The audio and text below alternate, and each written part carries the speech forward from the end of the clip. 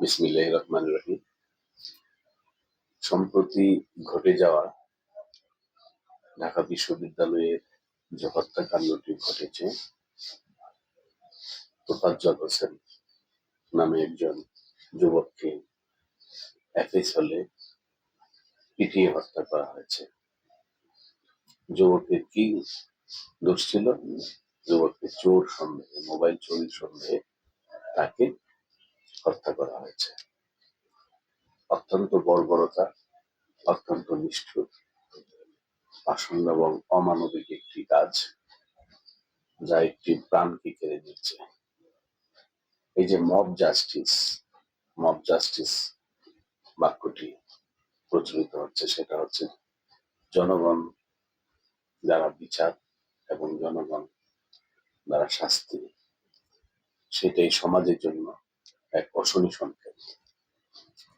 ঢাকা বিশ্ববিদ্যালয়ে আমি একজন সাবেক ছাত্র হিসাবে বিষয়টি তীব্র ঘৃণা এবং প্রতিবাদ জানাচ্ছি, এবং এই ঘটনাটি আমি সহ সকল সাবেক ছাত্রদেরকে আহত করেছে। ঢাকা বিশ্ববিদ্যালয়ের সুনাম এই দেশের সৃষ্টির লগ্ন থেকে ঢাকা বিশ্ববিদ্যালয় যে অবদান রেখেছে, তার সুনামকে কিছুটা হলেও প্রশ্নবিদ্ধ করেছে। ঢাকা বিশ্ববিদ্যালয়ে প্রাচ্যের অক্সফোর্ড একসময় বলা হতো।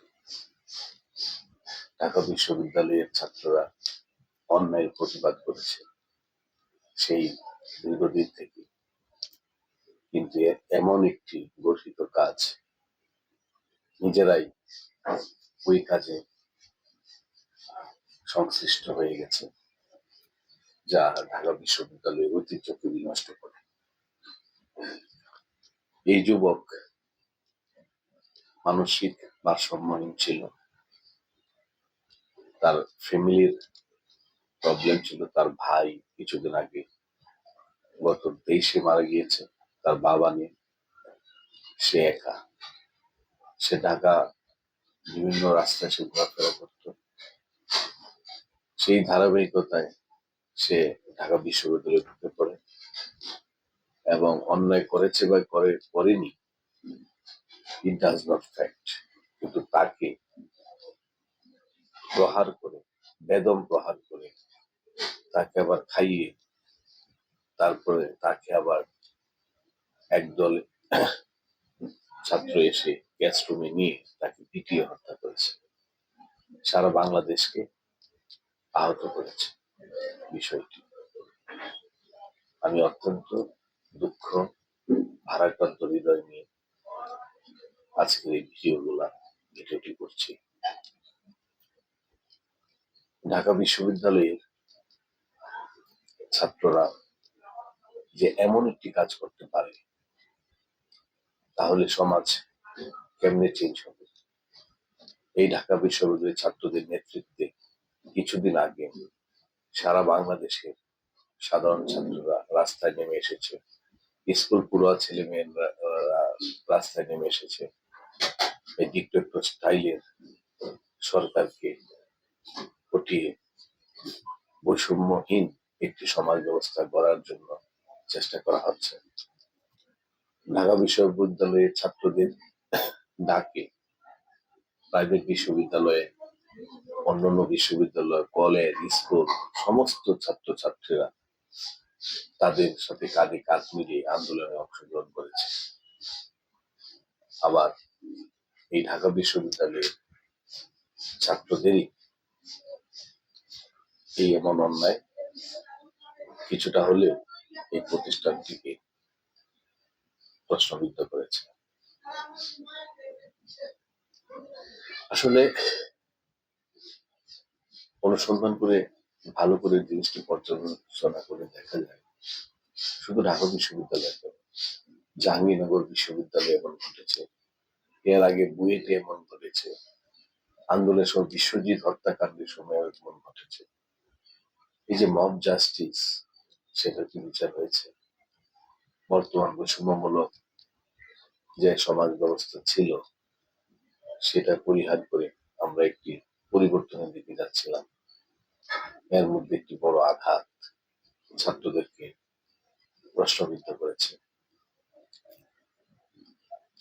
সেটা কেন হয়েছে একটু ভেবে দেখলে বোঝা যাবে। জাস্ট বিশ্ববিদ্যালয় বা প্রতিষ্ঠান,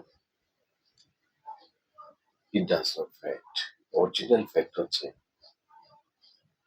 আমাদের শিক্ষা ব্যবস্থা, মোরালিটি, নৈতিকতা যখন প্রশ্নবিদ্ধ হয়েছে।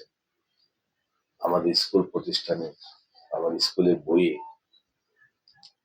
যে গল্পগুলো এসেছে, যে লেখাগুলো এসেছে, সেগুলো আমাদের নৈতিক চরিত্র গঠনের প্রতি কতটুকু অবদান রাখতে পেরেছে। যে ছাত্রগুলো এই অন্যায় কাজটি করলো, তাদের কি বিবেক একটুকু নাড়া দেয়নি? তারা কি একটি পরিবার থেকে আসেনি? তারা কি সমাজ ব্যবস্থায় থাকেনি? তারা তো এই সমাজ ব্যবস্থায় বড় হয়েছে, কিন্তু তারা কি বুঝেনি যে একজন সিনিয়র লোকদেরকে, বয়স্ক লোকদেরকে কেমনে সম্মান করতে হয়? প্রমাণ ছাড়া কাউকে দোষী সাব্যস্ত করা যায় না, আইন নিজের হাতে তুলে নেওয়া যায় না। এই যুবকটির যদি কোনো অন্যায় করেও থাকে, তাহলে আইনের কাছে তাকে দেওয়া যেতে পারত। তা না করে তাকে হত্যা করা, তাকে প্রহার করা। অ্যাকচুয়ালি আমাদের শিক্ষা প্রতিষ্ঠানে আমরা আগে যে শিক্ষা প্রতিষ্ঠান আর শিক্ষার বইগুলো ছিল, আগে যে শিক্ষা ব্যবস্থা ছিল, সেখানে ইসলামের নৈতিক শিক্ষার পাঠ দেওয়া হতো। হযরত উমর রাদিয়াল্লাহু আনহু, হযরত